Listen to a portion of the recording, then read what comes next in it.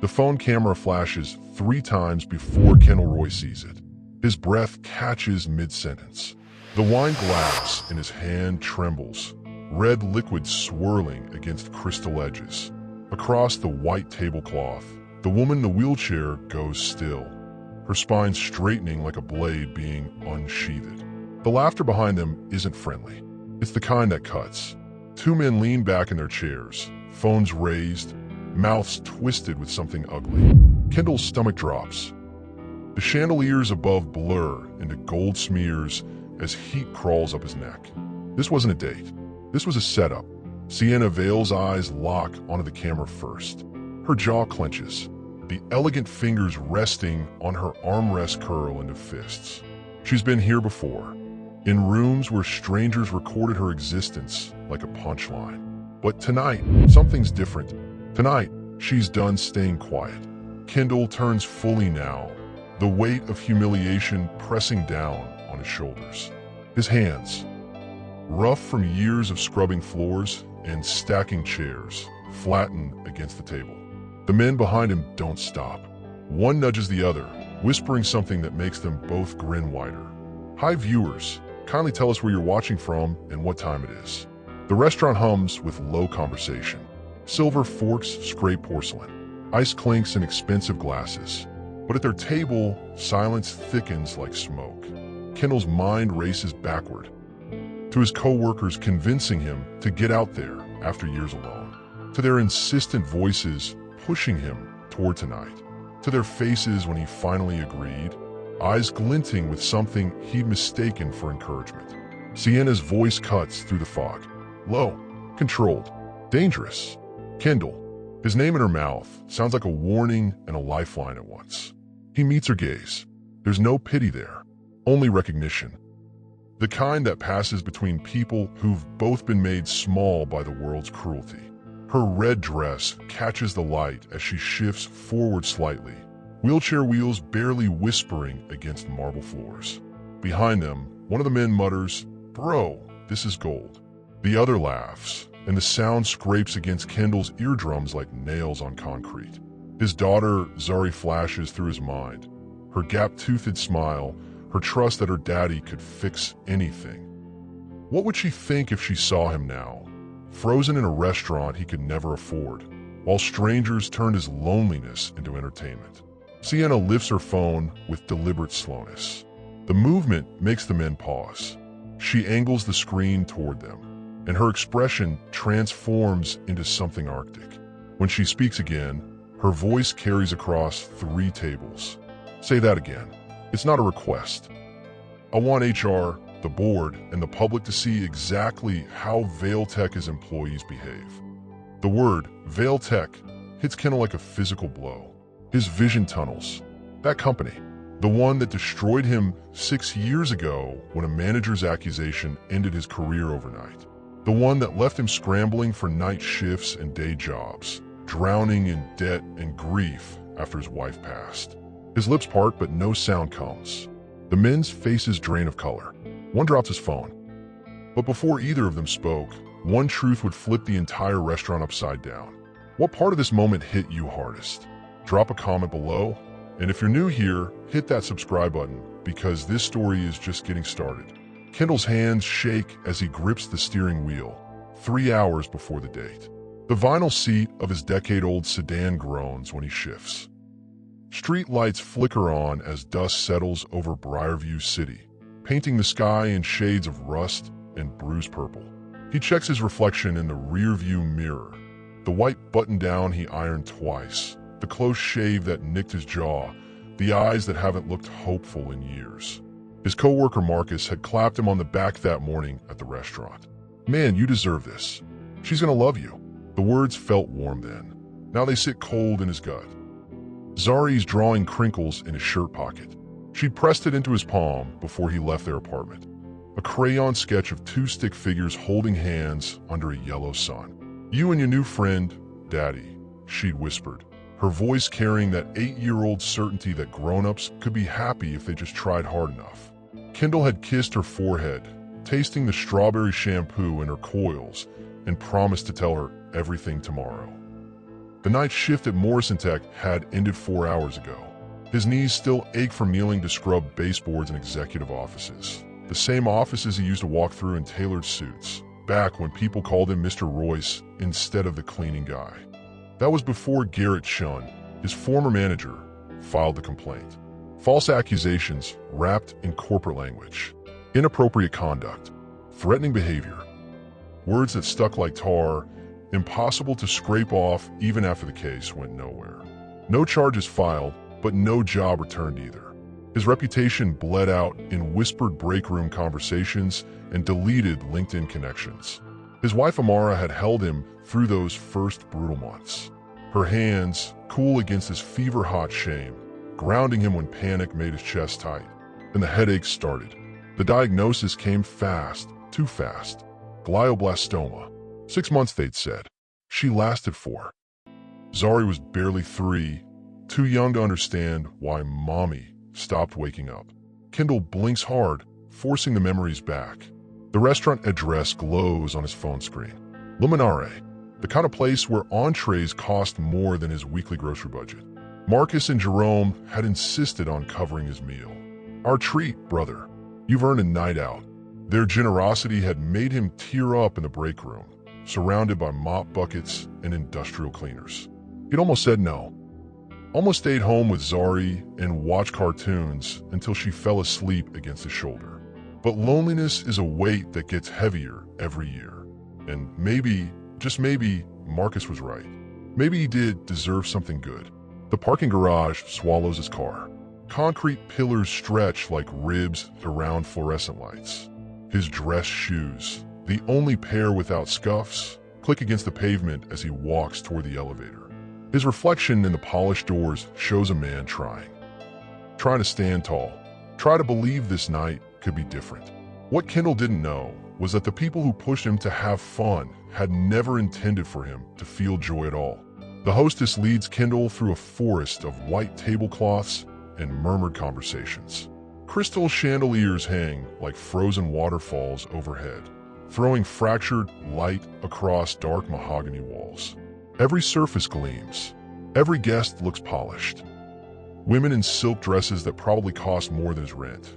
Men in suits cut so precisely they seem painted on. Kendall's collar suddenly feels too tight. His palms sweat. This is the world he used to inhabit back when he analyzed market trends and presented quarterly reports. Back when his opinion mattered. Now he's just a single dad who smells faintly of industrial cleaner no matter how hard he scrubs. She's already seated when he arrives. The woman from the photos Marcus showed him. Blonde hair cascading over bare shoulders, red dress bold as a warning sign. But the photos hadn't shown the wheelchair. Sleek black frame, custom design, wheels that catch the light like chrome. Her posture is perfect, regal even, like she's holding court instead of waiting for a blind date in a restaurant that probably judges both of them. Kendall's step falters, not from a wheelchair, from the expression on her face. She looks surprised, almost uncomfortable. Her blue eyes widen slightly when she sees him, and her lips part like she's about to say something, then thinks better of it. The hostess gestures to his seat. He sits, heart hammering, try to arrange his face into something friendly. Try not to wonder if she's disappointed. He manages. His voice comes out rougher than intended. I'm Kendall. Sienna. She extends her hand. Her grip is firm, warmer than expected. Her nails are painted burgundy, the color of expensive wine. Up close, he notices the small details, the silver necklace resting against her collarbones, the way her makeup is flawless but not overdone, the intelligence sharpening her gaze. She's not what he expected. Then again, nothing about tonight is. I'll be honest, Sienna says, tilting her head slightly. I didn't know this was a blind date until an hour ago. Her tone is careful, measured, like she's testing the waters between them. My brother sort of insisted I come. Kendall nods slowly, relief mixing with confusion. My co-workers set this up. They said I needed to get out more. He attempts a smile. Guess we're both here under duress. Something flickers in her expression. Not quite amusement, not quite sympathy. She opens her mouth to respond. Then her gaze shifts past his shoulder. Her entire demeanor changes. The warmth drains from her face, replaced by something cold and sharp. Kendall feels it before he sees it, the prickle of being watched. The sensation of eyes on the back of his neck. He glances over his shoulder. 2 tables away, 2 men sit with phones angled toward them. One is Marcus, the other is Jerome, both wearing grins that don't reach their eyes. Jerome mouths something to Marcus. They lean into each other, shoulders shaking with silent laughter. Kendall's stomach turns to stone. The restaurant suddenly feels too bright, too loud. The chandeliers press down like falling stars. He turns back to Sienna, searching for explanation, but she's already staring at the men with an expression that could cut glass. But the laughter behind him didn't match the warmth in front of him. Kendall's pulse pounds in his ears. The bread basket between them blurs. Sienna's knuckles whiten against her armrests, and for a moment, neither of them speaks. The low hum of restaurant conversation continues around them. Oblivious diners savoring food they'll forget tomorrow. Servers gliding between tables with practiced smiles. But at this table, reality fractures. Marcus lifts his phone higher. The screen's glow reflects off his teeth. Jerome nudges him, whispers something that makes Marcus choke on a laugh. The sound slices through the ambient noise like breaking glass. Other diners don't notice. Or maybe they do and choose to look away, the way people always do when cruelty unfolds in public spaces. Sienna's breathing changes. Shallow, controlled. Kendall recognizes it. The rhythm of someone fighting to stay composed when everything inside screams to react. He's worn that same breath pattern in grocery stores when white women clutched their purses tighter as he passed. In job interviews where hiring managers smiled while already deciding no. In his daughter's school when teachers assumed he wasn't involved because he worked nights. "They're filming us," Sienna says quietly. Not a question. A statement cold as January rain. Her eyes stay fixed on the men, unblinking. This isn't the first time someone thought my existence was entertainment. Kendall's chest tightens. The pieces click together with sickening clarity. The enthusiastic push from co-workers who never invited him to anything else. The insistence that he deserved this. The specific restaurant, the specific time, the specific her. They weren't trying to help him find happiness. They were engineering humiliation. His and hers, for whatever sick satisfaction watching other people break brings them. His hands curl into fists under the table. The white tablecloth seems too clean for this moment, too pristine for the filth unfolding above it. Every instinct screams at him to stand up, to walk over there, to demand they delete the footage. But that's what they want, isn't it? The confrontation, the scene, the viral moment where the poor black single dad loses control in a fancy restaurant. They've already written the narrative. He can see the caption now. Man freaks out on blind date. Jerome raises his glass toward them in mock toast. Marcus's thumb moves across his phone screen, probably posting already. Probably crafting the joke that will follow them both into tomorrow and next week, and however long the algorithm keeps it alive. Sienna's jaw works. She inhales slowly through her nose, and when she speaks again, her voice carries steel wrapped in silk. I've spent 5 years in this chair. Her fingers drum once against the armrest. 5 years of people recording me without permission. 5 years of strangers thinking my disability makes me public property. She finally looks at Kendall, and there's something molten in her gaze. But tonight, I'm done being the punchline. The waiter approaches, oblivious, asking about drinks. Kendall can barely hear him over the rushing in his head. He orders water. Sienna orders the same.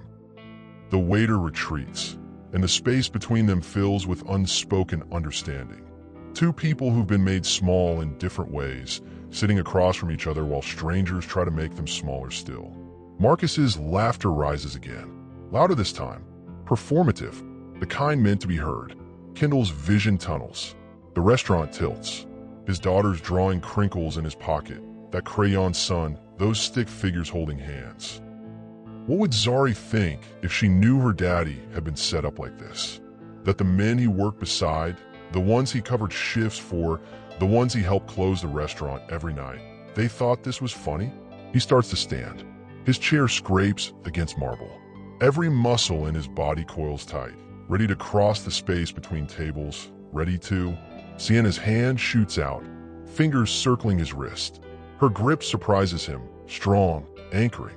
Wait, the word stops him cold. Before you do anything you can't take back, you need to know something. Kendall stands frozen, half risen from his seat, heart slamming against his ribs. Kendall stood up to leave, until Sienna said the one sentence that stopped him cold. Kendall sinks back into his chair. Sienna's hand releases his wrist, but the warmth lingers, a ghost of contact that somehow steadies him. She straightens in her wheelchair, shoulders rolling back, chin lifting. The transformation is subtle but complete. Like watching someone step into armor they've worn before. Her eyes never leave his face. "I didn't plan this," she says, each word deliberate. "I had no idea you'd be here. No idea they'd be filming. My brother Donovan called me 2 hours ago, told me he'd made reservations for my birthday dinner." Her lips press into a thin line. Said if I didn't show up, he'd donate my art collection to spite me. So I came. She pauses, and vulnerability cracks through her composure.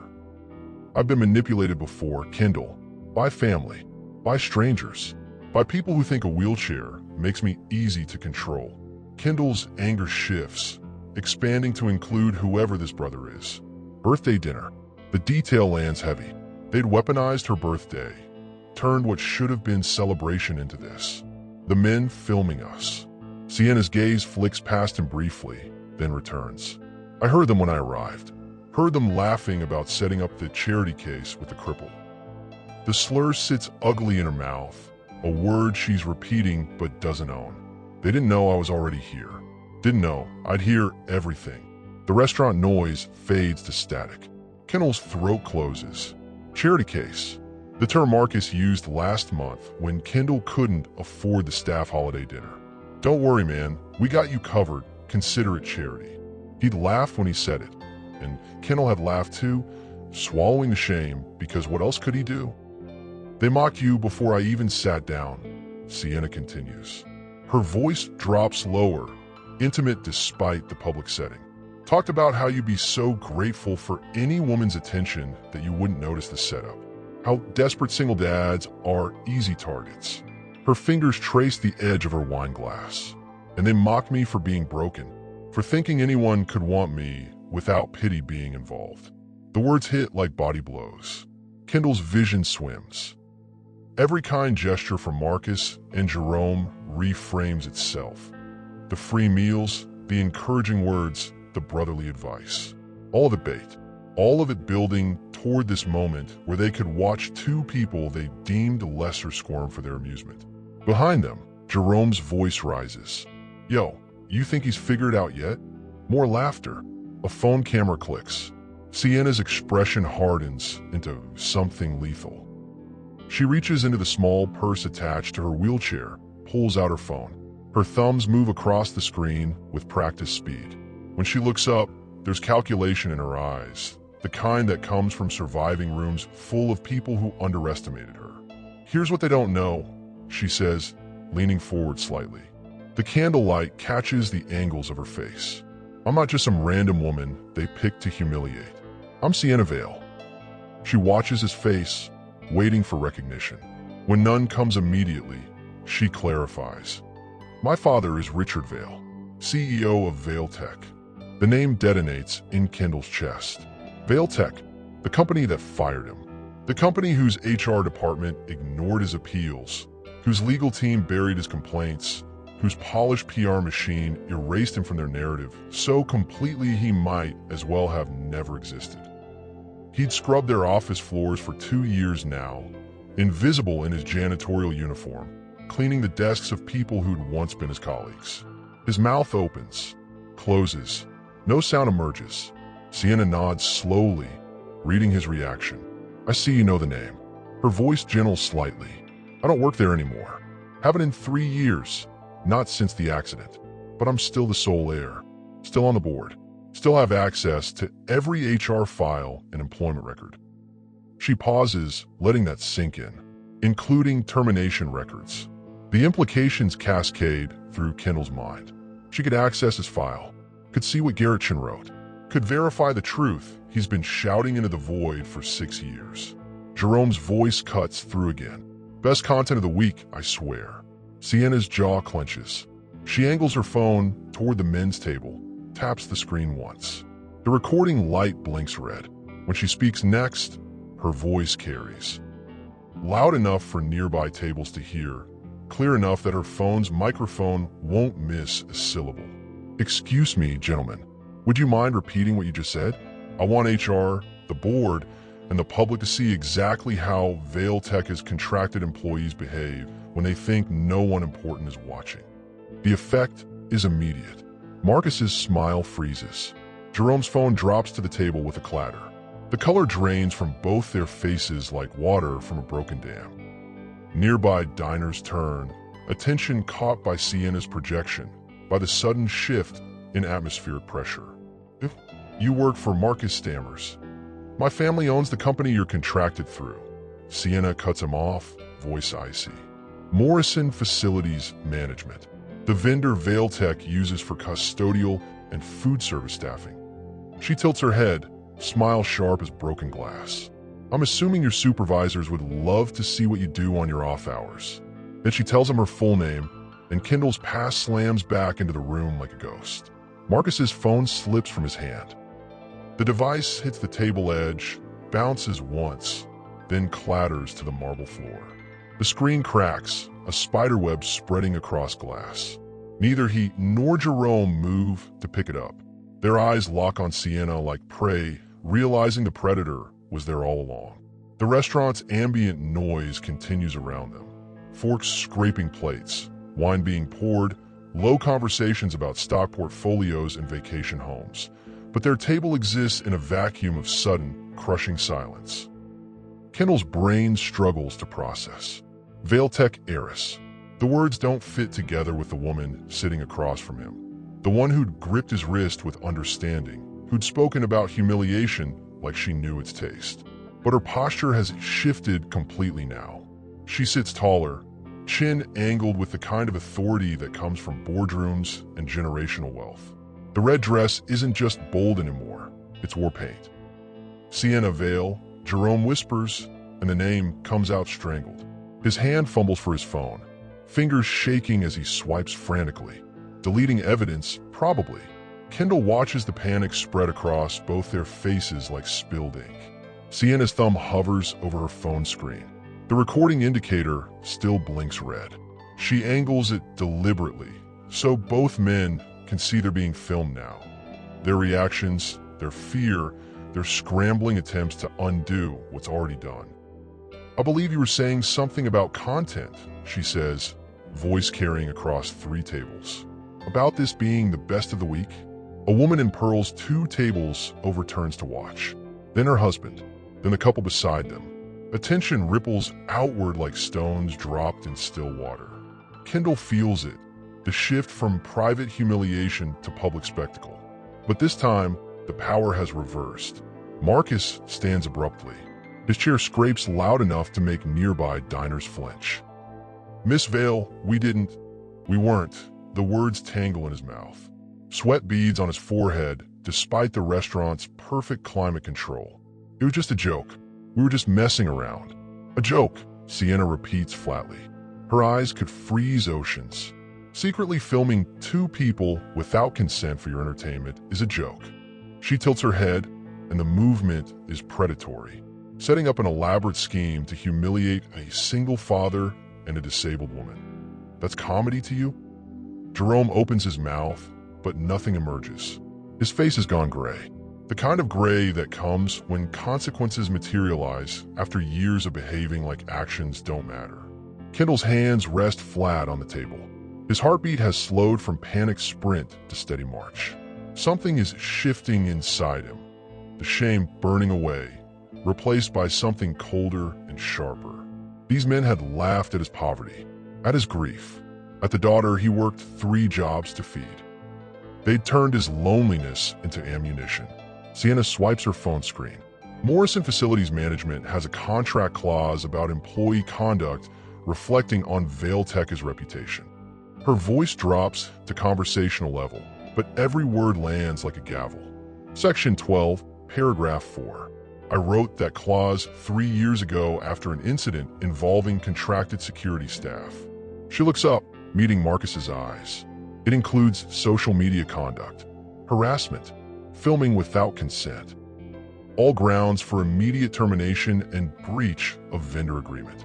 The blood drains from Marcus's face completely. Morrison Facilities isn't just their employer. It's one of the few companies in Briarview that hires people with records, people without degrees, people like Kendall who fell through society's cracks. Losing that contract would put 200 people out of work.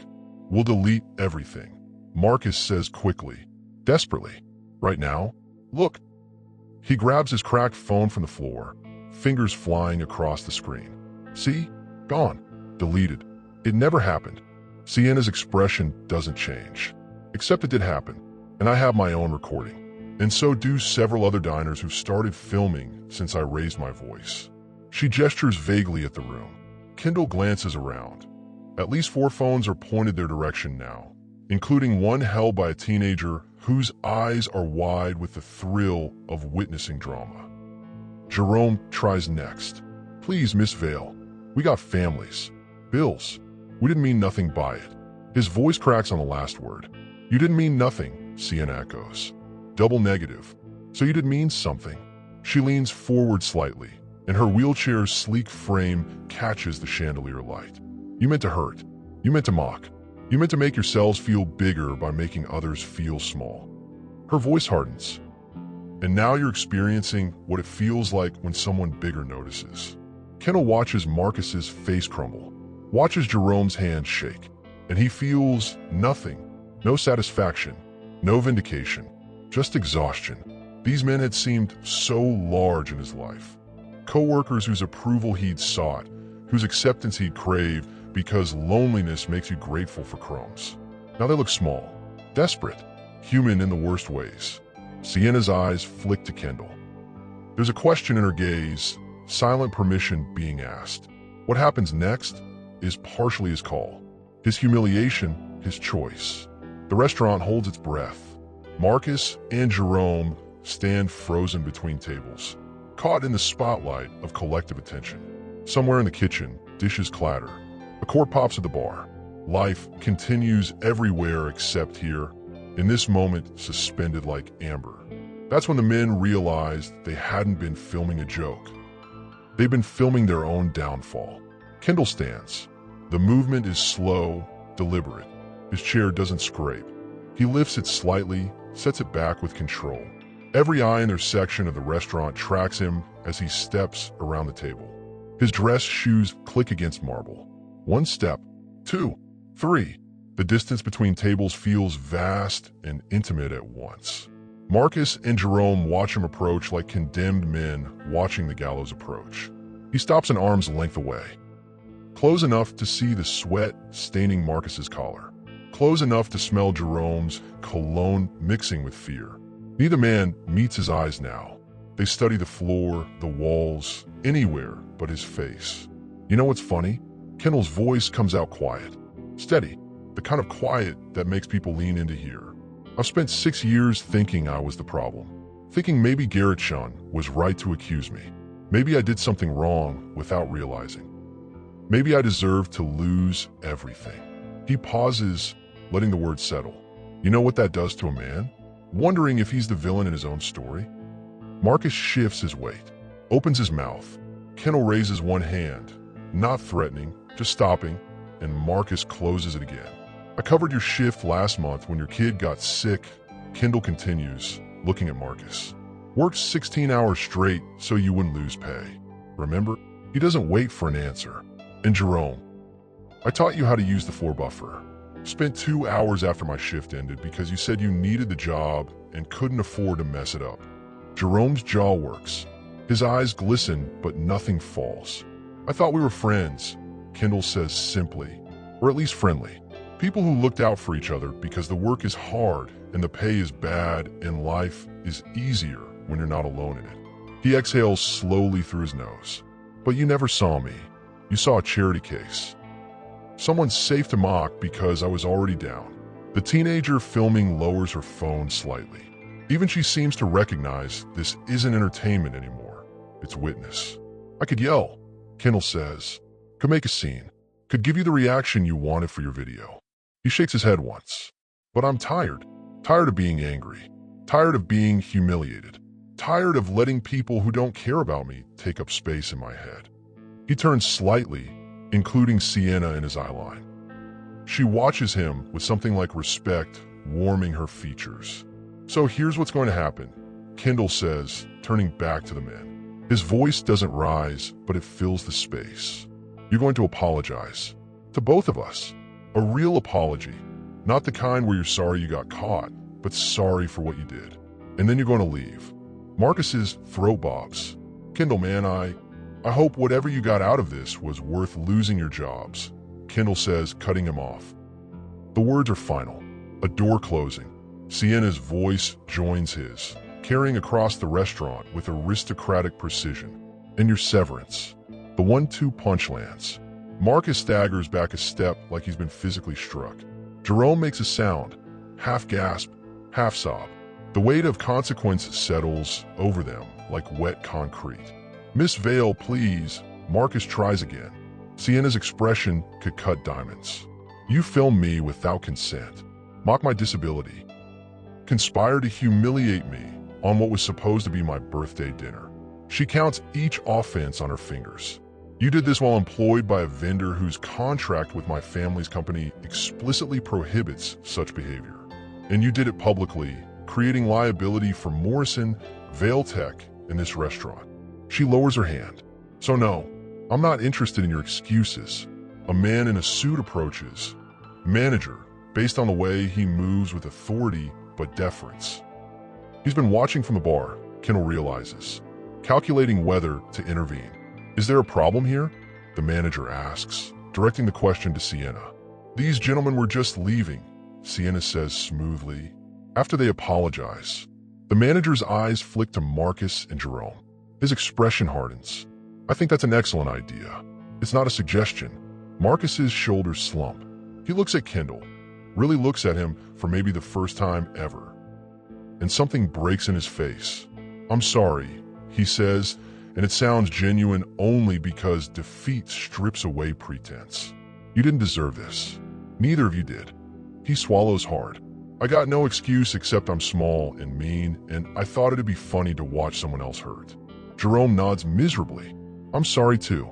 It was cruel and stupid, and his voice cracks. I'm sorry. Kendall doesn't respond, doesn't nod or acknowledge or accept.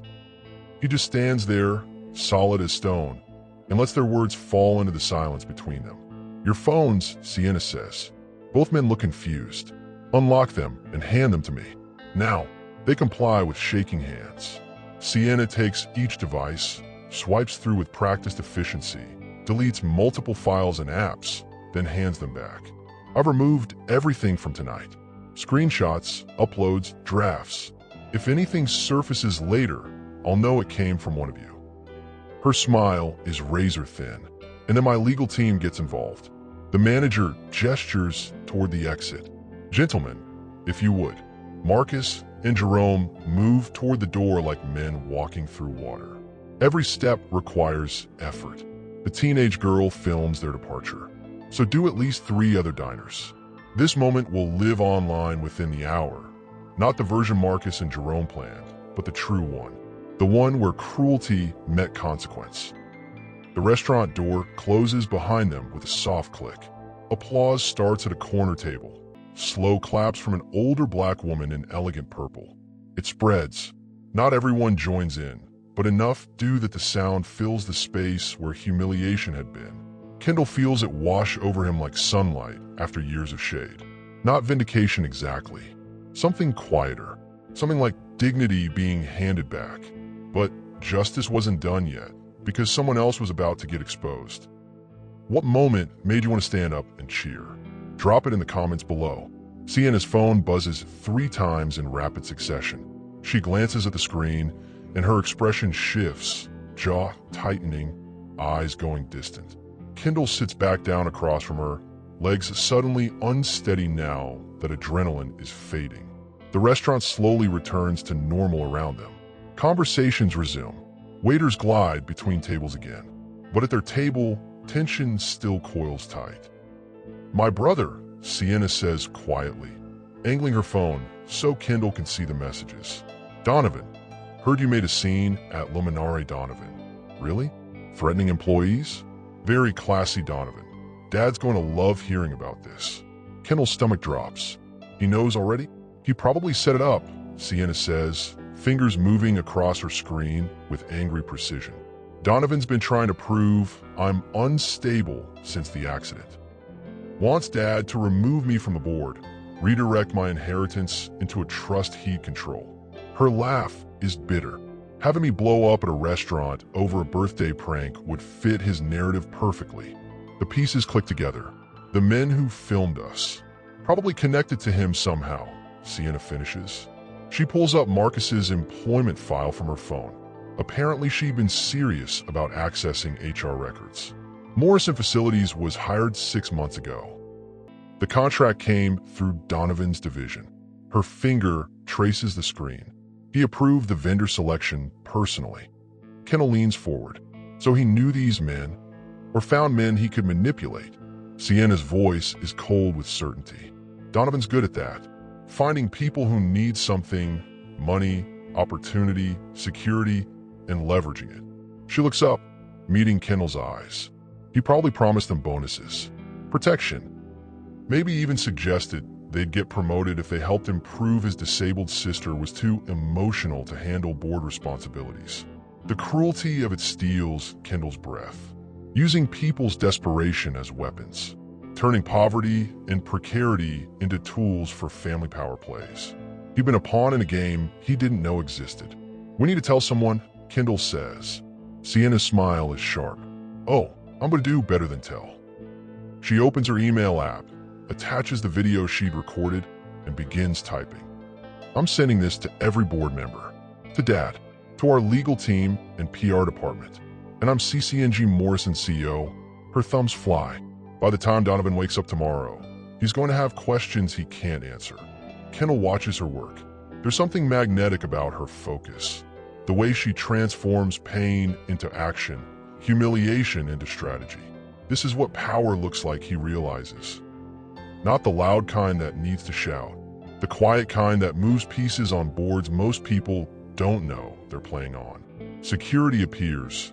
2 men in dark suits who've been stationed near the entrance. The manager must have called them. "Miss Vale, we've contacted Vale Tech's main security office as per protocol. They're sending a car for you." Sienna nods without looking up from her phone. "Thank you. 5 minutes." The security guards take positions nearby, but not intrusive. Professional distance. Kendall feels their presence like a reminder of the world Sienna inhabits. One where threats require private security, where harassment means corporate investigations, where family dinners become legal battles. "Your case," Sienna says suddenly, looking at Kendall. "The wrongful termination. Garrett Chun. She's already pulling up another file. I'm reopening it. Officially. Full board review." Kendall's heart stops. "You can do that. I can recommend it." And given tonight's events, given evidence of targeted discrimination within our vendor network, the board will approve it.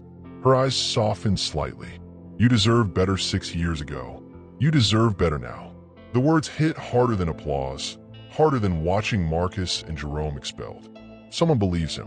Someone with power to do something about it believes him. Kendall's throat closes. He nods because he can't speak.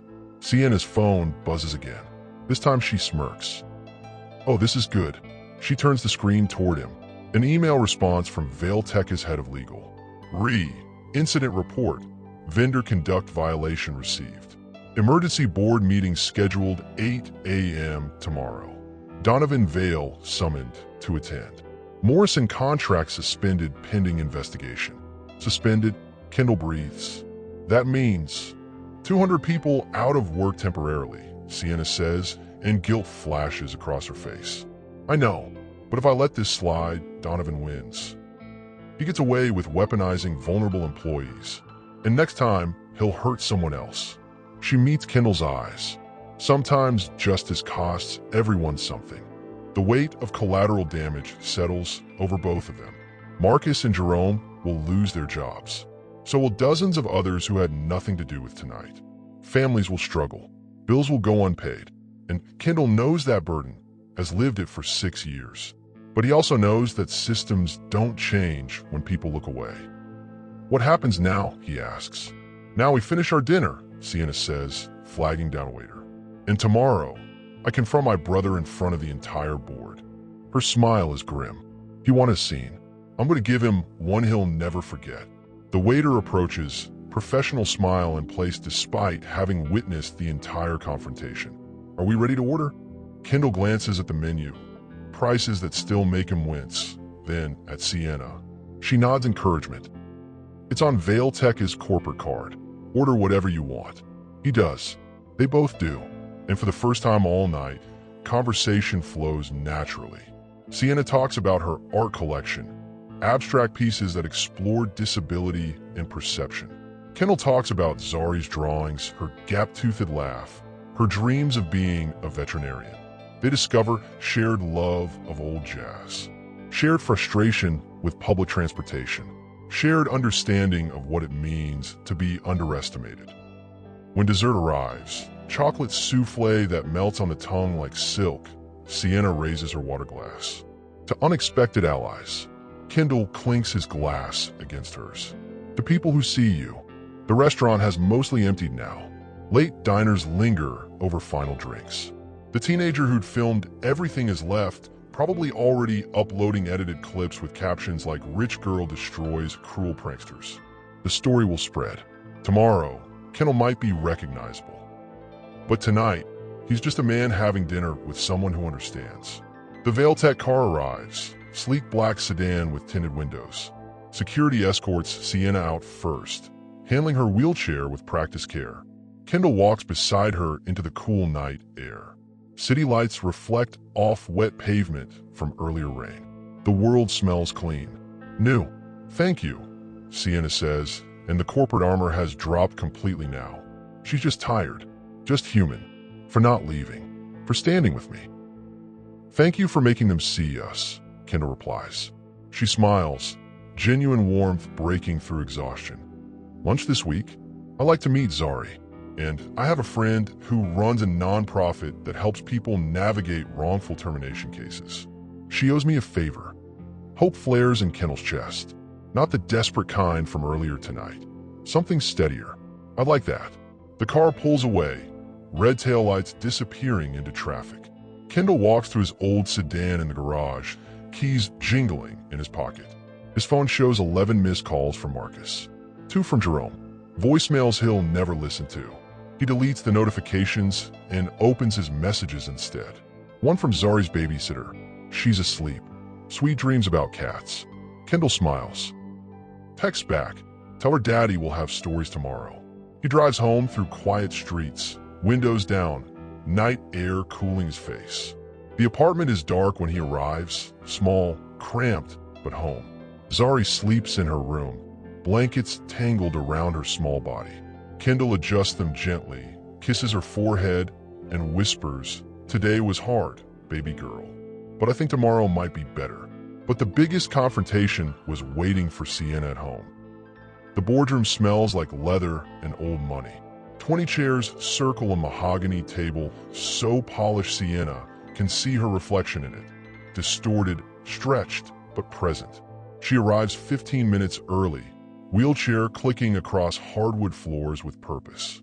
Her father sits at the head already, silver hair immaculate, suit probably worth more than most people's cars.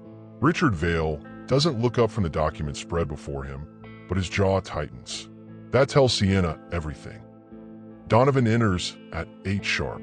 He's wearing his power suit, navy with subtle pinstripes, and the confident smile of someone who believes he's already won.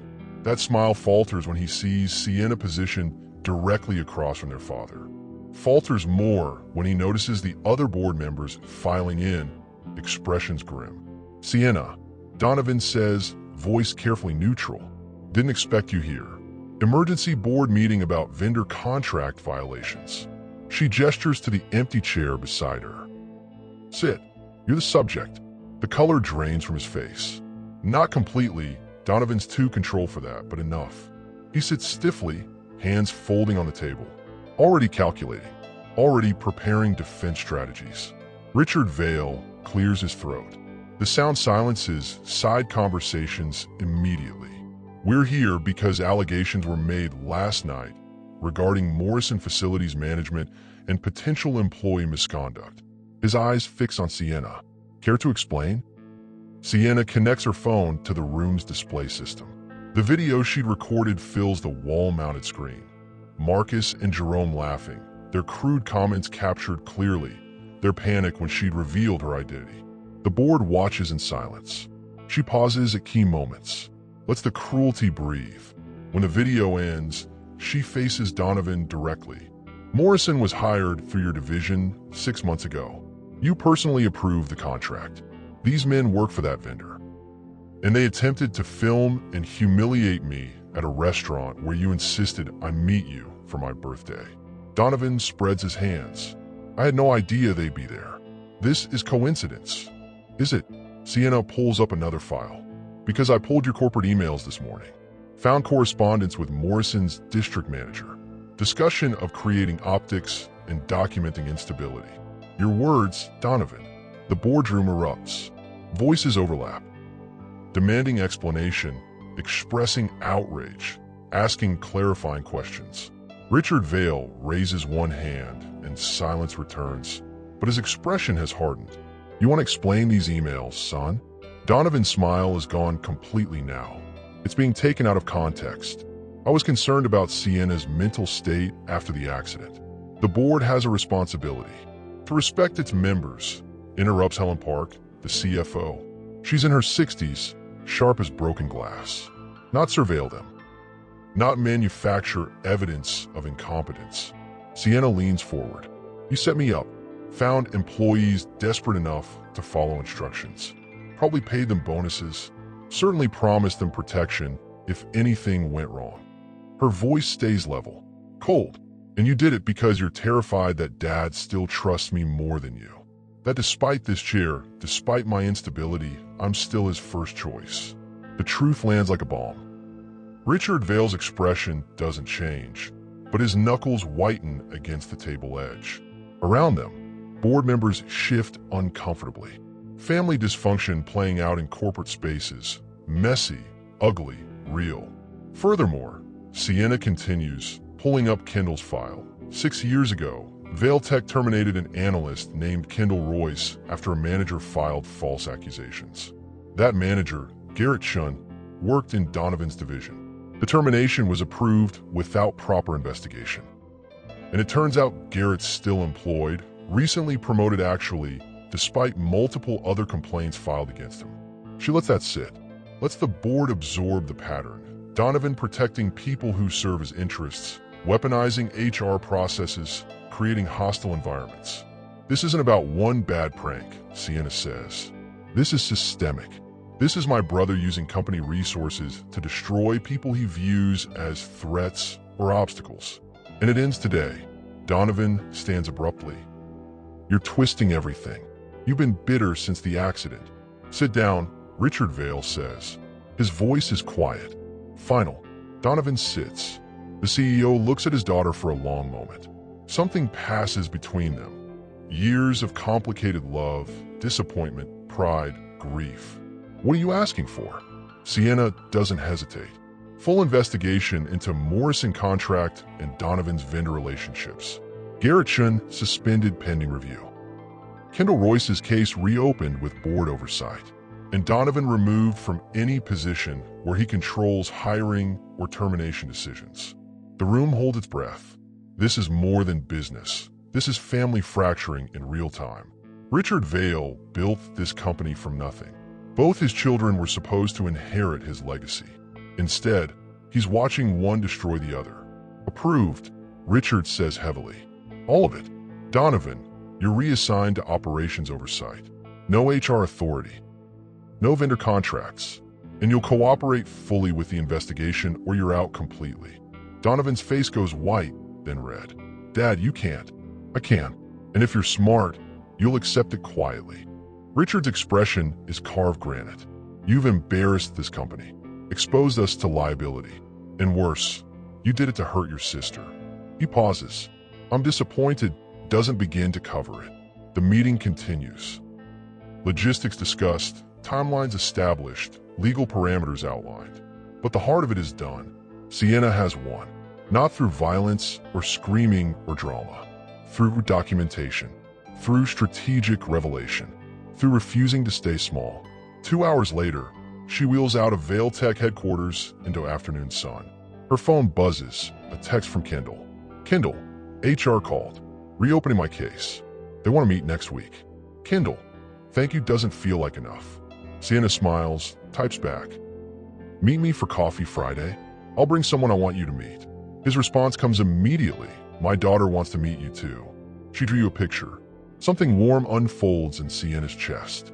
Not love, too soon for that, but possibility, connection, the beginning of something that wasn't built on pity or charity, but mutual respect. She heads home, not the family estate, but her own place downtown, accessible and quiet and hers. The voicemail light blinks when she enters. Donovan's voice fills the apartment, furious and desperate. You've destroyed everything. I hope you're happy. Sienna deletes it without finishing. Opens her laptop instead. Pulls up the foundation she'd been planning for months. Scholarship fund for people with disabilities, job placement programs, legal advocacy. She'd been hesitating, unsure if she had the strength to step back into public life. But tonight proves something. She does, and she will. Because what started as humiliation became the moment both of them finally felt seen. 6 weeks later, Kendall walks into Vale Tech headquarters through the front door. Not the service entrance he'd used for 2 years while cleaning offices. The front entrance, glass doors that slide open smoothly, marble lobby that echoes with footsteps. Security nods at him. Receptionist smiles. His visitor badge reads Kendall Royce, consultant in bold letters. The investigation cleared him completely.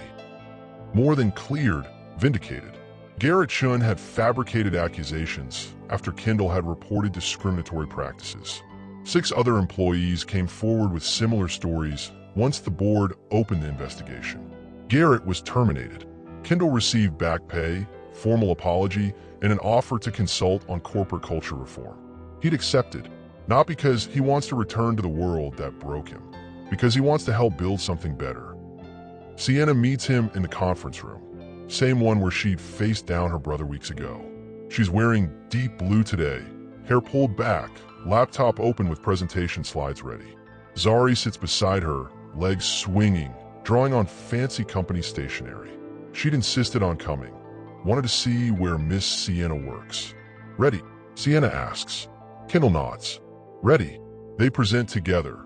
A proposal for reformed hiring practices, anti-discrimination training, anonymous reporting systems. The board listens, some skeptically, some with genuine interest, but they listen because Sienna's voice carries weight now, and Kendall's story carries truth. Afterward, they take Zari for ice cream. She gets chocolate with rainbow sprinkles, talks nonstop about the office fish tank, shows Sienna her latest drawings, dinosaurs this time, with careful attention to scale and posture. Sienna engages seriously, asking about species and habitat. Zari glows under the attention. She likes you, Kendall says later, after dropping Zari at her friend's birthday party. He and Sienna sit in a park near his apartment, watching joggers pass and dogs chase tennis balls. She told me you're the smartest person she's ever met. Sienna laughs. Smart enough to know when life gives you unexpected gifts, you don't question them. They sit in comfortable silence. Not romantic exactly, though possibility hovers between them like morning mist. But something rarer. Partnership. Understanding. 2 people who'd been made to feel invisible, who'd found each other in a moment designed to break them both, who'd chosen to stand together instead of crumble separately. Kendall's phone buzzes. Job offer from a nonprofit. Advocacy work for wrongfully terminated employees. Real salary. Benefits. Purpose. He shows Sienna, and her smile is genuine pride. You gonna take it? Yeah. He pockets the phone. Yeah, I think I am. Sienna wheels closer, sunlight catching her hair. You know what I learned through all this? Humility always outlives pride. Cruelty exposes itself eventually. And the people everyone underestimates were the ones who change things. Kendall nods slowly, because we know what it costs to be invisible, so we make sure others are seen. A poor single dad and a paralyzed billionaire heiress. Two people mocked for being less. Now building something bigger than the people who try to make them small. Not a fairy tale ending. Life's messier than that, but a real one. The kind where healing happens slowly. Where trust builds through action, not words. Where justice isn't revenge, but accountability. Where dignity, once reclaimed, becomes unshakable. Kendall thinks about Marcus and Jerome sometimes. They found new work eventually, different company, different city. Kendall had heard through Morrison grapevine. He doesn't wish them harm, just consequences. The kind that teach instead of destroy. Donovan still works at Vale Tech, stripped of power but not position. His father's mercy and liability concern combined. Sienna sees him occasionally at board meetings. They don't speak. Maybe someday they will. Maybe not. Healing doesn't require reconciliation. Zari runs up to them when Kendall picks her up later, face painted like a butterfly, talking about cake and bounce houses. She hugs Sienna goodbye, whispers something that makes Sienna's eyes glisten. What did she say? Kendall asks as they walk to his car. She said, "I'm brave." Sienna's voice catches. And then when she grows up, she wants to be brave like me. Kendall squeezes her hand briefly. You are. We both are.